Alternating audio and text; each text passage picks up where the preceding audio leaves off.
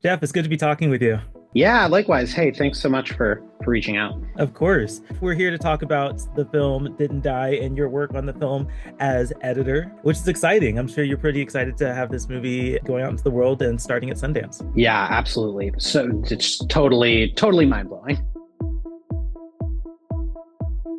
Well, before I jump into questions about that, I want to start with an icebreaker question. Of course, this movie Didn't Die has to do with a zombie apocalypse. And so I was just curious, if a zombie apocalypse was to break out, what would be your first course of action when you first hear about it? Oh man. I mean, I really hope that doesn't happen. I'm definitely not one of those people who's like, yeah, I've got my zombie kit ready to go. I'm definitely more in the boat of like, maybe I would be one of the zombies. You know, that might be an easier life. It might be a little easier to get through the apocalypse that way. For sure, for sure. No, that's fair. Good answer. Well, with Didn't Die, we're in the middle of a zombie apocalypse. Would you mind giving a little bit of a synopsis for people who are just finding out about Didn't Die? What is this movie about? Sure. So Didn't Die is it's kind of more of a family drama set in the container of a zombie apocalypse. So it's about this woman, Vanita, who has a podcast. She's essentially running a podcast in the middle of a zombie apocalypse. So there's a bunch of people who are kind of like in denial that this is happening. And she's headed back to her hometown for the 100th episode of the podcast, and then she runs into one of her exes who has a baby, and it sets off like a course of events that kind of spirals the entire family out of control. Yeah, very interesting progression of events. One of the movies where there is a zombie apocalypse and there is some very interesting violent action scenes, but really it's very much focused on the drama of the human characters. Um, yeah, so we'll talk a little bit more about that, but I really want to get some history on you in the editing space and the entertainment space. Can you talk a little bit about what how you got into editing and what you do in the entertainment field? Sure. So I got into editing right after college. When I was in college, I ended up getting a BFA with an emphasis in film. The school that I went to didn't have like a proper film program, and I didn't really want to become an editor. But I got hired. I got hired actually by the David Lynch Foundation. That was my first job right out of college, which is like, has some extra meaning now. David Lynch just passed as we're recording this. But so when I got hired, I was like, I'll do this job just as long as I don't become a video editor. And then, of course, within 6 months, I was fully a video editor, which now I don't regret at all. Editing is, I feel, one of the few jobs in production where you really do retain a lot of creative control, depending on what kind of project you're on, which I really love and appreciate.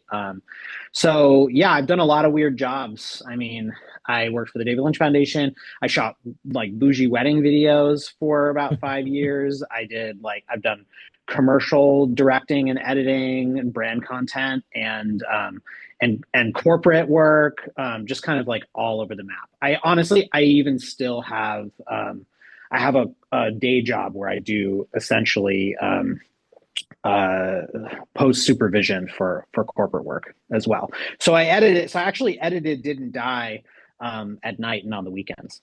Oh, really? Yeah, Wow. Just like this kind of side project that you probably put a lot of time and work into. for sure. It was like two years worth of side work. Oh my goodness. I mean, I edit like obviously the content for my website. I do editing for that, and Yeah, just that these little like 15-minute interviews or movie reviews. It takes so long, and so I can only imagine how long it must yeah. have taken, how much work that must have been for you. Um, For sure. But really wonderful, honestly. Like I love having a project like this. Having a project like this like gives me life, basically. Well, let's talk about that. This is a very interesting project because the vast majority of the film is in black and white. Um, so I guess I want to know how you got on board with the project and then how you felt approaching this film that is mostly in black and white. Sure. So, the director Meera and her husband Paul are actually like close friends of myself and my wife. My wife Erica produced Mira's first feature film, Fargo's Bang, almost 10 years ago. So we've been really close friends for almost a decade. We lived in the same neighborhood in Altadena, and we have daughters who are the same age, and like dogs who are friends. Like we're really tight. And during the pandemic, Mira and Paul decided that they wanted to just go out and make an indie film themselves. And so, of course, we just jumped on board immediately because these are like basically our closest friends. And so it ended up being essentially this film is being made by our two families. It's like Mira was the director, Paul was the DP and primary vis effects artist, Erica was the producer, and I was the editor. And so for the vast majority, at least for all of the post process, it was basically the four of us working together. Oh, that's incredible. Yeah. Um, yeah, what a dynamic to And be able to work on a project like this with people you're so close with. for sure, for sure. And then as far as the black and white goes, that was a decision that Mira and Paul made. And they actually, so interestingly, the film was shot in native black and white. So they actually got a hold of a monochrome red to shoot the thing. There's only maybe two or three of them in the country, so it was like really hard to get a hold of.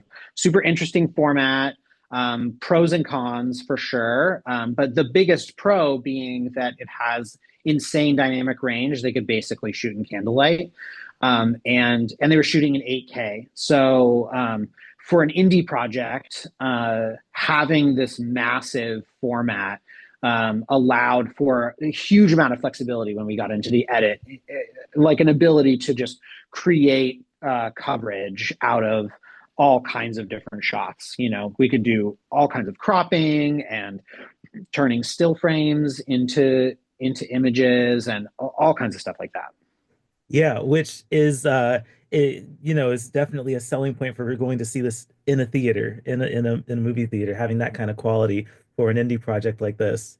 So that's great that it'll be in Sundance and people will get to see it, in a theater with an audience and I mean it looks beautiful, but it's also edited incredibly well. So let's talk about editing and Thanks. and your editing process. Tell me about how, because I believe you use Adobe to do your Yes. editing. Tell me about how you got into using Adobe and why that's your like go-to software. So, like many of the people in my editing generation, I came from the Final Cut Pro, old Final Cut Pro world. I was on Final Cut Pro 7. And then when they basically switched it to be Final Cut Pro 10, which was very, very different, I migrated over to Adobe, which allowed you to take the Final Cut Pro hotkeys and like apply them to your Adobe project at the time. And that made it easier for me to switch. But like little did I know, like Premiere ended up being so much better than Final Cut Pro ever was, and like became a program that I just like really love, honestly. And eventually I actually migrated, I retaught myself the hotkeys, so that I'm using essentially just the basic Adobe hotkeys, which allows me to basically switch machines, work with different editors. Like I manage editors for my day job, so I really am in that program back to front. And now I also I use After Effects quite a lot as Mhm. well, for some animation work, and also I did a big chunk of VisFX on this film, mostly compositing. Mhm. But so I'm back and forth between those programs a lot as well. I do absolutely love the interconnectivity between Premiere and After Effects. Like that is just Yeah. the coolest thing to be able to go back and forth between the two so Yeah. seamlessly. Um, so yeah, and that's one of the things that I really because I'm an Adobe Creative Cloud member, and I love using all the Adobe products, especially Premiere and After Effects for the video editing. But I think that that's what's really cool about Adobe is having this ability to subscribe to Creative Cloud and get these updates in real time and have new features and new updates to learn and kind of develop what you do, in easier ways. Is there anything that you learned new here for Didn't Die to help make editing this film easier in Adobe? I mean, it's a little bit hard to track because I feel like I'm constantly learning new stuff. And I don't know when I learned them or not, like which thing.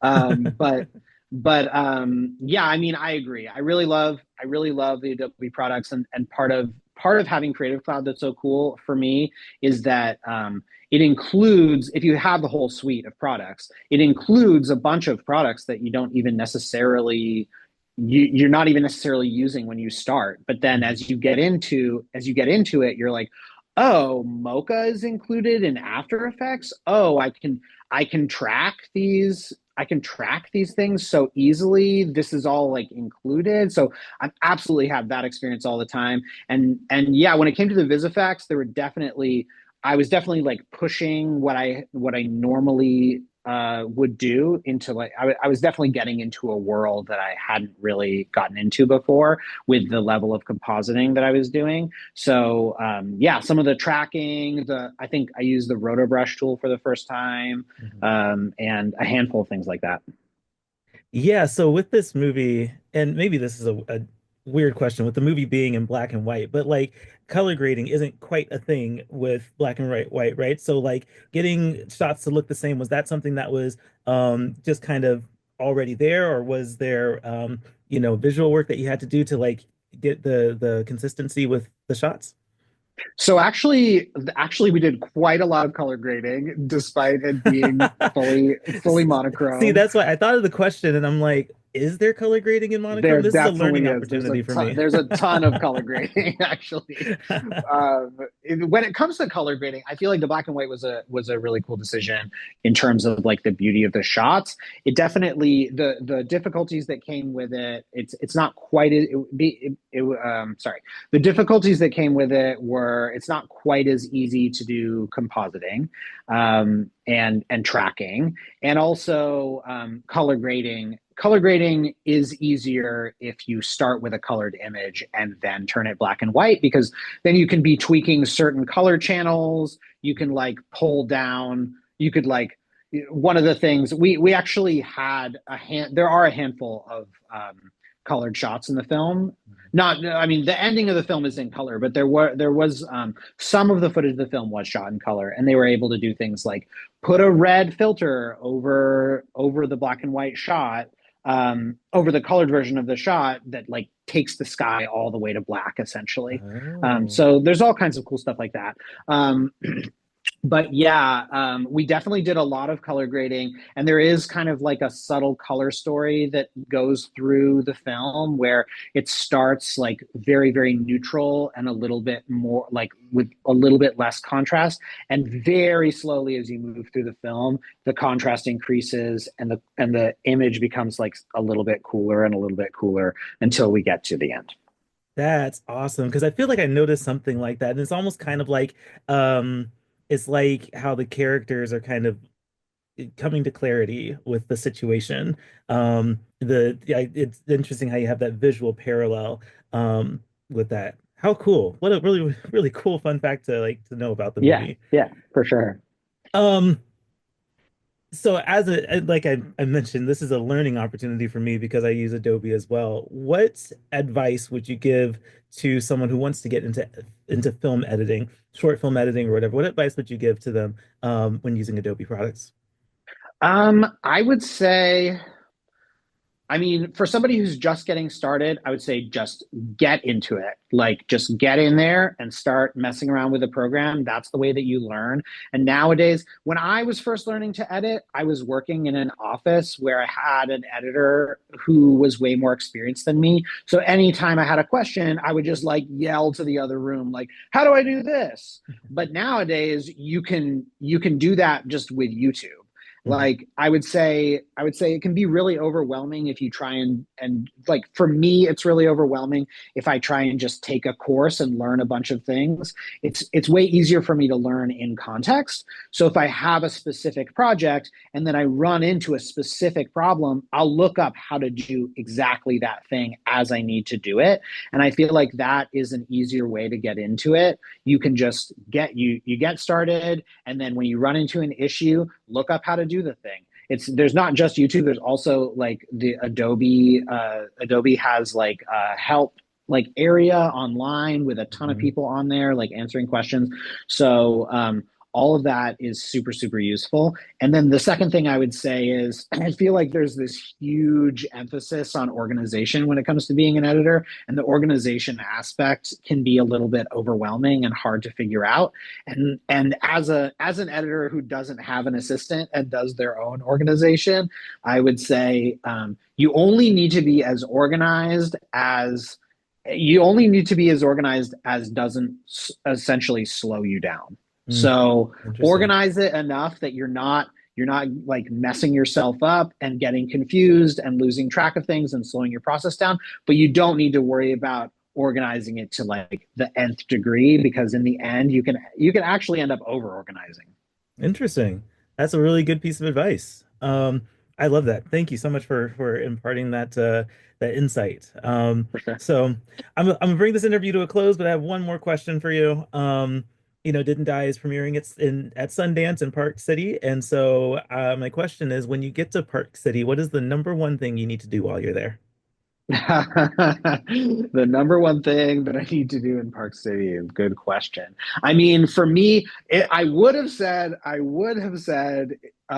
try and hit the slopes and snowboard. Hmm. However, it doesn't look like that's really in the cards for me this time. So the number one thing for me, honestly, is going to be trying to connect with other filmmakers. And there's a couple that I'm aware of, a couple people that I've been like a big fan of that are in the scene that are going to be out there. And I've already reached out to some people. I'm going to try and meet up with them, trying to just see some really cool projects, especially like the ones I'm really looking forward to are the Midnight Shorts block. There's like a bunch Yes. of really cool things in the Midnight Shorts, and I was able to snag a ticket to their premiere, so that's my number one most excited thing. That is so awesome. Sundance does have a stellar midnight lineup, of course, that Didn't Die is a part of, with their features and I'm sure with their shorts as well. So that's really cool. I'm glad you get to engage with that. Well, Geoff, thank you so much for having this conversation with me. I really appreciate you taking the time, and I look forward to Didn't Die getting out there, premiering at Sundance, and going out into the world. Amazing. Thank you so much.